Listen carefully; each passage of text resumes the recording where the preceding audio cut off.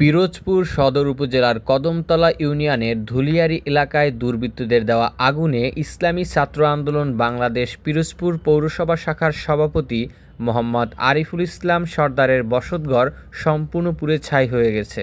সোমবার রাত 2টার দিকে এই অগ্নিকাণ্ডের ঘটনা ঘটে। আরিফুল ইসলাম সরদার ভুক্তভোগী বলছিলাম। গতকাল রাতে দুর্বৃত্তরা আমার বসতবাড়িতে অগ্নিকাণ্ড ঘটিয়েছে। আমি আমার ফ্রেন্ডের বাসায় রাত্রে ঘুমন্ত অবস্থায় ছিলাম। হঠাৎ করে আমার মামতো ভাই আমাকে ফোন দিয়ে বলতেছে তোমাদের বাসায় আগুন লেগেছে। তখন আনুমানিক রাত 2টা 30 মিনিট এরকম। আমি আসতে আসতে প্রায় 3টার মতন বেজে গেছে। তো আসার পর দেখতেছি আমার এলাকার মানুষজন যারা আছে সবাই মিলে আগুন নিবানোর চেষ্টা করতেছে। তো এক পর্যায়ে আগুন নিবানো সম্ভব হয়েছে। ফজর নামাজ পড়ার পরে দেখতেছি আবার আগুন আবার জ্বলে উঠছে। তখন আমার মামা ছিল পাশে, সে মোটর দিয়ে সে পানি নিবানোর চেষ্টা করছে। আমরা যেটা সন্দেহ করছি যে আমাদের সামনে একটা জ্বালানা এবং পিছে একটা জ্বালানা, এই দুইটা জ্বালানা থেকে তেল জাতীয় অর্থাৎ অকটেল বা পেট্রোল যে এই জাতীয় যেগুলো আছে এগুলো নিক্ষেপ করা হয়েছে। কারণ আগুন নিভাতে খুব কষ্ট হয়েছে, এই দুইটা পয়েন্টের আগুন খুব নিভাতে কষ্ট হয়েছে। আর দীর্ঘ 3 বছর 3.5 বছরের মতন আমার মা বাবা বাড়িতে ছিলেন না, তারা শহরে ছিলেন। এই ঘর নির্মাণ করার পরে একটা ঋণ হয়েছে, ঋণ পরিশোধ করার উদ্দেশ্যেই তারা শহরে চাকরি করতেন। আমি পড়াশোনা করতাম, আমারও এবছর লেখাপড়া শেষ হয়েছে।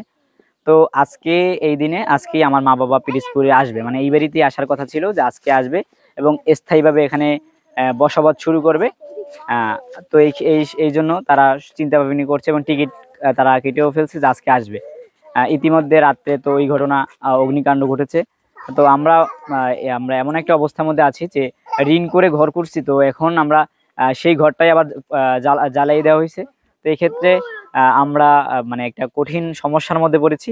আগের ঋণও পরিশোধ করতে পারিনি এবং নতুন বসত বাড়ি যে কিভাবে করব সেটার চিন্তা ফিকির বর্তমানে মাথায়ও নেই। আর আমরা মানে চিন্তায় আছি যে এটা আমাদের মানে এটা পরিকল্পিতভাবে আমাদের ঘরে অগ্নিকাণ্ড করানো হয়েছে। কারণ এতদিন দীর্ঘ 3 বছর 3.5 বছর যাবত আমাদের ঘরে কোনোদিন কিছু হয়নি। তো আজকে হঠাৎ করে আমার মা বাবা আসবে, এর আগের দিন রাতে আমাদের ঘরে আগুন দেওয়া হয়েছে। এটা আসলে দুঃখজনক বিষয়। এটা আমরা সন্দেহ বলতে কারো করতে পারি না, কিন্তু আমরা বলতেছি এটা পরিকল্পিতভাবে আমাদের ঘরে আগুন দেওয়া হয়েছে। আচ্ছা, এটা কেক বা এই কারো বিষয়ে সন্দেহ আছে কিনা, আর হচ্ছে আপনি কোন দায়িত্বে আছেন সেই কারণে, দায়িত্বের কারণে কি আপনার? এখন এখানে দুইটা অপশন আছে। একটা হচ্ছে গিয়া মানুষের মধ্যে বিভেদ সৃষ্টি হয় দুইটা কারণে, একটা হচ্ছে গিয়া জায়গা সম্পত্তি, আর দ্বিতীয় নম্বর হচ্ছে গিয়া রাজনৈতিক বিষয়। তো এই ক্ষেত্রে আমি ইসলামী ছাত্র আন্দোলন বাংলাদেশ পিরোজপুর পৌরসভার সভাপতির দায়িত্বে আছি, জেলার তথ্য গবেষণা প্রচার সম্পাদক দায়িত্বে আছি। তো আমার সাথে কোনো দল বা কোনো ব্যক্তির কোনো পার্সোনাল কোনো দুঃসম্পর্ক নাই, বা আমার সাথে এরকম হওয়ার কোনো চিহ্ন আমি দেখি না যে এরকম হবে। এবং পারিবারিকভাবে হতে পারে কি হতে পারে না এখন পর্যন্ত আমি এই বিষয়ে মিডিয়ার সামনে বলতে পারতেছি না। কারণ এটা আমার বাবা মা আজকে আসার পরে আমরা সিদ্ধান্ত নিব কি করা যায়, এবং আপনাদেরকে আবার জানানো হবে বা ডাকা হবে বা আপনাদের কাছে আমরা যাবো ইনশাল্লাহ। আর কিছুক্ষণ আগে আপনাদের প্রশাসনের লোকজন এখানে আসছিলেন, যেরকম ডিএসবি এসেছিলেন, এনএসআই এসেছিলেন, এসআই এসেছিলেন, তারা আসছেন, তারা বিভিন্ন তথ্য নিয়ে গেছেন। এবং আমরা যে আনুমানিক যে চিন্তা করেছি আমাদের ঘরের মধ্যে আনুমানিক 5 লক্ষ টাকার মাল জিনিসের ক্ষয়ক্ষতি হয়েছে। এই ক্ষেত্রে প্রশাসনের প্রতি উদারতা আহ্বান থাকবে, তারা যেন অপরাধীদেরকে অতি তাড়াতাড়ি গ্রেফতার করে দৃশ্যমান শাস্তির ব্যবস্থা করে বা জরিমানার ব্যবস্থা করে। এবং প্রশাসন যেন সর্বদাই আমাদের পাশে থাকে। সাংবাদিক ভাইদের কাছে একটি কথা থাকবে, তারা যেন এই নিউজটা সর্বস্তরে পৌঁছে দেয়। আর হচ্ছে একটা বিষয় হচ্ছে, আপনারা কি থানায় কোনো জিডি বাই করেছেন? জি, আমরা কিছুক্ষণ আগে প্রশাসনের লোক আসছিল, তারা বিভিন্ন বিষয় জিজ্ঞেস করছে। আমরা বলছি যে আমি পারিবারিকভাবে সিদ্ধান্ত নিয়ে নেই, আমি কিছুক্ষণ পরে থানায় আসতেছি। আমি আর কিছুক্ষণের মধ্যেই থানায় যাব ইনশাল্লাহ, যাবতীয় বিষয় আপনাদের জানাবো। প্রত্যক্ষদর্শী সিরাজ শেখ জানান, রাতে ঘুম থেকে বের হয়ে দেখি আরিফুল ইসলামের বাড়িতে আগুন লেগেছে।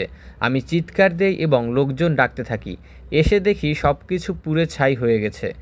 ঘরের পাশের মসজিদের ইমাম মোহাম্মদ মারুফ শিকদার বলেন, চিৎকার শুনে মসজিদ থেকে বের হয়ে দেখি ভয়াবহ আগুন।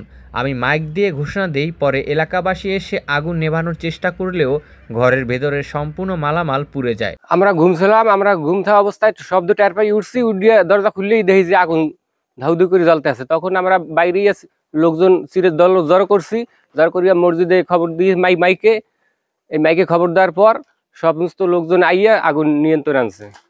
এইটুকুই আমরা জানি, আর কিছু আমরা দেখিনি।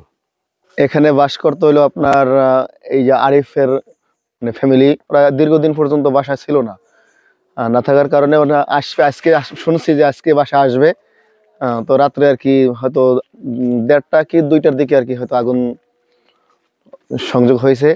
এরপরে আমরা মাইকে শব্দ টের পাই, আমি বাড়ির বাসার থেকে আসছি, আসে তো দেখি আগুন জ্বলে। তো পরে সবাই সাথে মিলে আর কি আগুন নিয়ন্ত্রণ হলো। তো একবার নিভানো হয়েছে, দ্বিতীয়বারে আবার সকালবেলা ফজর নামাজের পর দিয়ে আবার জ্বলে উঠছে, মানে আগুন ছিল তো জ্বলে উঠছে, পরে আবার এটা নিভানো হয়েছে।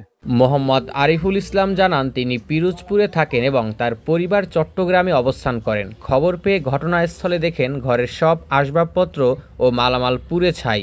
এতে তার প্রায় 5 লক্ষ টাকার ক্ষতি হয়েছে বলে দাবি করেন তিনি আরও বলেন, আমার পরিবার আজ স্থায়ীভাবে এই বাড়িতে ওঠার কথা ছিল, কিন্তু উদ্দেশ্য প্রণোদিতভাবেই এই অগ্নিসংযোগ করা হয়েছে। কারা এই ঘটনার সঙ্গে জড়িত তা আমি বলতে পারছি না। রাজনীতির কারণে তেমন শত্রু নেই। এখন পরিবার নিয়ে কিভাবে নতুন ঘরে থাকার ব্যবস্থা করব সেই দুশ্চিন্তায় আছি।